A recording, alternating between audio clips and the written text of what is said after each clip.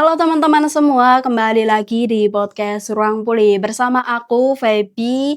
Capek boleh, nyerah jangan. Nah, di segmen kemarin kita sudah membahas tentang capek mental.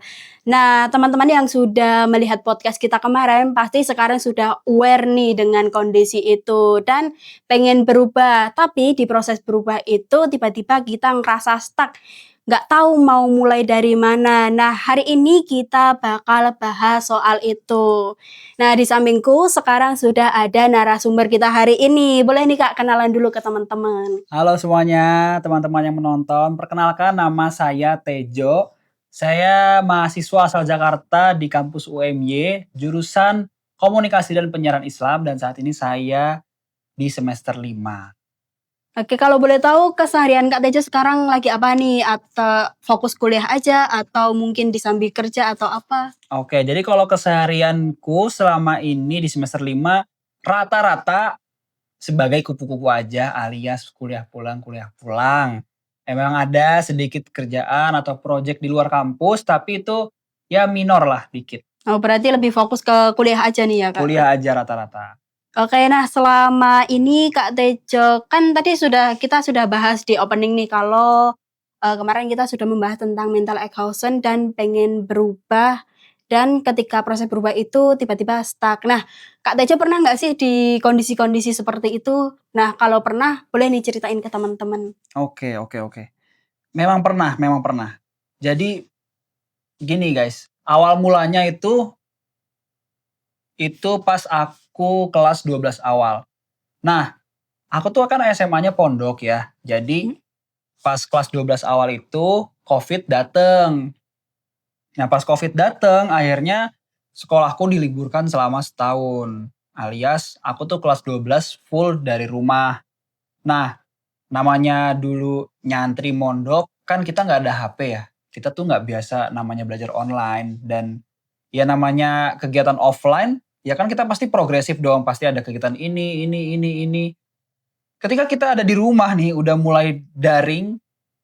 Nah, awal-awal mungkin masih semangat gitu loh. Tapi kan mulai masuk ke bulan kedua, tuh kebiasaan kita udah mulai berubah tuh. Dari yang suka rebahan, mantengin sosmed doang, dan tiba-tiba udah gak bisa tidur cepet alias begadang mulu. Nah itu kan hal-hal kayak gitu tuh pelan-pelan mulai berubah alias berubahnya ke arah yang negatif. Sampai ortuku juga ngerasa risih ngelihat aku yang kebiasaannya udah mulai jelek kayak gitu. Terus pas aku mulai mau daftar ke kampus ya, ini kan ceritanya udah lulus kelas 12 mau daftar kampus nih. Karena aku kelas 12 full online, jadi kan belajarnya kurang efektif ya. Nah di situ aku pas tes kampus semuanya gagal. Dan total kampus yang aku gagal itu ada 13 kampus. Alias aku ditolak sama 13 kampus. Di situ akhirnya aku mulai kepancing nih kayak, aduh kok kondisiku parah banget nih kayak gini. Tapi ya setiap hari yang aku lakuin juga cuma rebahan, cuma scroll-scroll doang, belajar juga nggak seberapa. Ya udah, tapi itu belum berubah-berubah banget. Cuma baru ada niat aja. Sampai aku masuk ke kampus itu, akhirnya aku keterima di UNY dan aku mulai menjalani kuliah selama setahun alias 2 semester. Tapi tetap aja guys, di situ online. Jadi aku tetap kesusahan gitu loh. Mau berubah juga kayak gimana gitu loh. Dan ya sama, ujung-ujungnya juga aku gagal. Akhirnya aku memutuskan untuk drop out. Alias aku keluar dari kampus gitu. Nah disitulah ketika aku udah mulai keluar dari kampus, nasehat ortu tuh udah bener-bener bikin panas kuping, dada gitu loh. Jadi kita tuh udah gak betah aja rasanya. Sampai satu waktu aku buka TikTok, ada salah satu konten kreator yang dia itu ngasih motivasi tentang bagaimana caranya kita bisa berubah dengan melakukan hal-hal kecil atau small steps, big change. Nah, di situ aku tertarik dong. Wah, apa nih gitu. Intinya dia ngasih tahu tentang langkah-langkah kecil yang progresif yang bisa kita lakukan dan ngerekomendasiin salah satu buku judulnya adalah Atomic Habits. aku akhirnya beli dong buku itu dan aku baca. Intinya buku itu ngajarin kita tentang gimana caranya kita bisa konsisten untuk melakukan hal-hal kecil kayak gitu Kak Oh, Feby. berarti perubahan dari hal-hal kecil itu sangat penting ya, Kak? Sangat penting kayak gitu. Oh, nah aku tadi juga sempat mention Kak Teja nyebutin tentang small step. Mhm. Apa aja sih small step yang Kak Teja lakuin buat, berubah dari kondisi itu? Oke, jadi langkah-langkah yang aku lakukan pada waktu itu ya awal-awal, itu kan sebenarnya aku bingung ya guys ya. Namanya juga kita lagi terpuruk, kondisinya jenuh, semua tuh kita pikirin karena emang semua hal harus diubah gitu loh. Nah, akhirnya lama-lama aku sadar bahwa ya udah kenapa kita nggak ngerubah hal-hal yang paling deket dulu nih.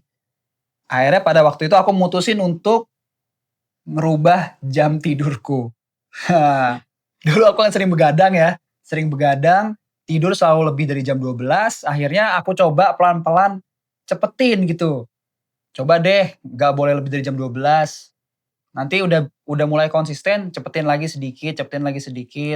Terus pertama kan tuh jam tidurku, kedua adalah jam bangun tidurku. Yang awalnya mungkin bisa jam 6, tetap jam 7, jam 8. Mulai, ini deh, pas azan subuh aku harus bangun deh gitu. Nah itu coba aku konsistenin di situ. Habis itu sholat subuh. Jadi 3 hal ini yang pertama-tama tuh aku lakuin sampai konsisten dan sisanya nanti entah aku olahraga, aku semangat untuk belajar atau ngapain itu tuh udah kebawa suasananya karena dari pagi, dari aku tidur udah bener. Nah kayak gitu barulah selama setahun itu dari aku drop out di UNY selama setahun kan aku berproses tuh untuk bisa bangkit dan lepas dari kondisi kayak gitu. Dan akhirnya aku berhasil lepas, lalu di tahun berikutnya aku daftar kampus lagi dan inilah kampus terakhir gitu. Nah, saat itu kan tadi sudah pernah lepas, sudah pernah berhasil dengan step-step itu. Mhm. Tapi pernah nggak di proses itu kerasa gagal kayak sekarang aku lagi semangat tapi besoknya ternyata udah lemes lagi, pernah nggak kayak Iya gitu? itu pernah ya. Namanya kita dalam kondisi terpuruk pengen berubah nggak mungkin besoknya langsung, wah jadi orang paling rajin tuh kan nggak mungkin. Awal-awal mah 1, 2, 3 hari pertama, oke bisa tuh konsisten. Tapi kan 3 hari selanjutnya juga gitu lagi, mager lagi, rebahan lagi. Nah, yang penting itu adalah kita harus inget tujuan utama kita sih, kalau kita tuh emang pengen berubah gitu loh. Nah, ketika kita inget tujuan awal kita pengen berubah, ya udah tinggal kerasin diri kalian, terus disiplin, konsisten. Nah, ya udah kalau udah bisa kayak gitu, insya Allah sih berubah lancar ya. Oh, berarti memiliki tujuan hidup itu sangat penting ya, Kak, Iya, ya? tujuannya dulu itu yang Iya, penting. yang akhirnya bikin kita bisa konsisten dan disiplin gitu ya. Bener, bener. Oke, nah sebelum kita tutup ada pesan dan tips nggak nih Kak buat teman-teman yang mungkin juga lagi di kondisi seperti ini gitu? Oke, jadi